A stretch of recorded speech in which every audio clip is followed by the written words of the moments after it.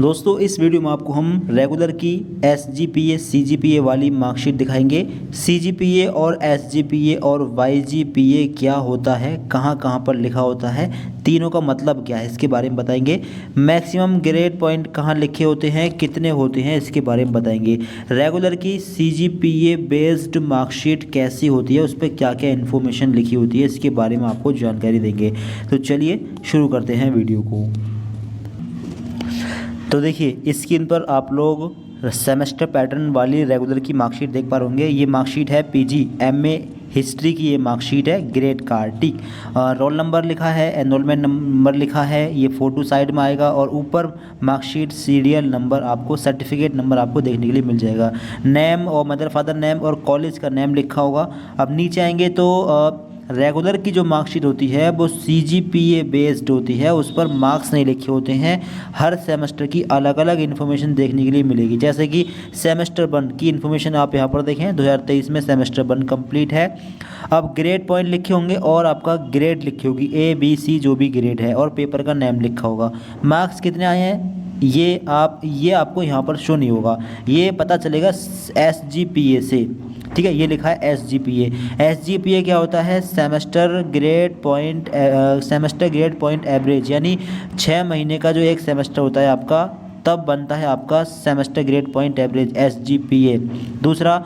दूसरे सेमेस्टर का भी आपका SGPA ये रहा, और दोनों सेमेस्टर को मिलाकर एक साल का बनता है YGPA, yearly grade point average, ठीक है, ये रहा। तो दोनों साल का जो हमारा SGPA है उसके हिसाब से हमारा YGPA एक साल का ये रहा, ठीक। अब थर्ड सेमेस्टर ये रहा, यहाँ पर ग्रेड पॉइंट लिखे हैं और ग्रेड लिखी हुई है।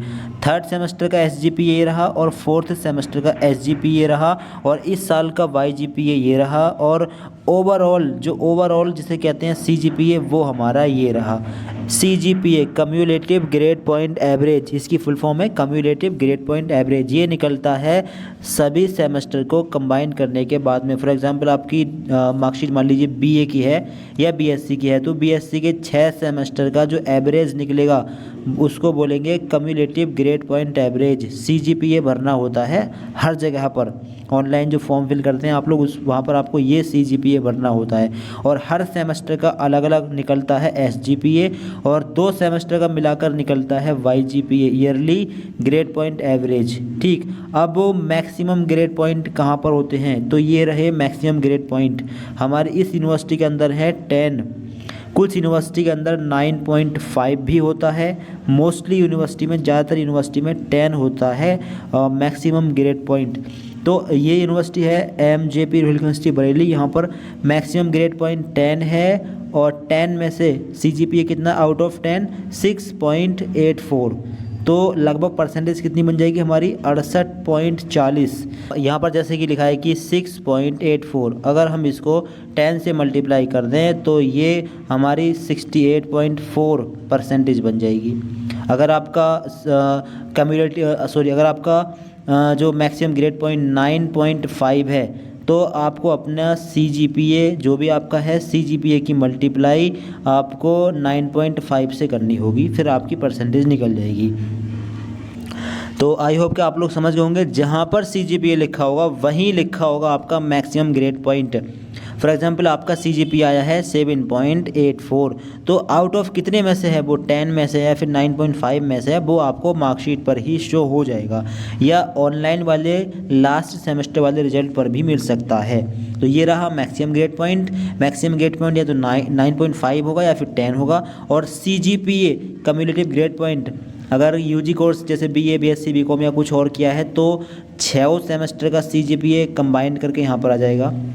PG कोर्स है तो चारों सेमेस्टर का, दोनों साल के चारों सेमेस्टर का जो CGPA निकलेगा वो कंबाइंड करके यहाँ पर आ जाएगा। मतलब एवरेज जो एवरेज परसेंटेज बनी है आपकी दोनों साल में मिलाकर, वो 68 हमारी .40 बनी है। तो ये रहा CGPA डाला जाता है हर एक फॉर्म में। SGPA के बारे में जानना हो तो ये 1 सेमेस्टर का निकलता है, और YGPA ये 1 साल का, 1 साल के 2 सेमेस्टर को मिलाकर निकलता है YGPA। तो आई होप कि आप लोग समझ गए होंगे। और इस मार्कशीट पर प्रिंटेड डेट लिखी होती है।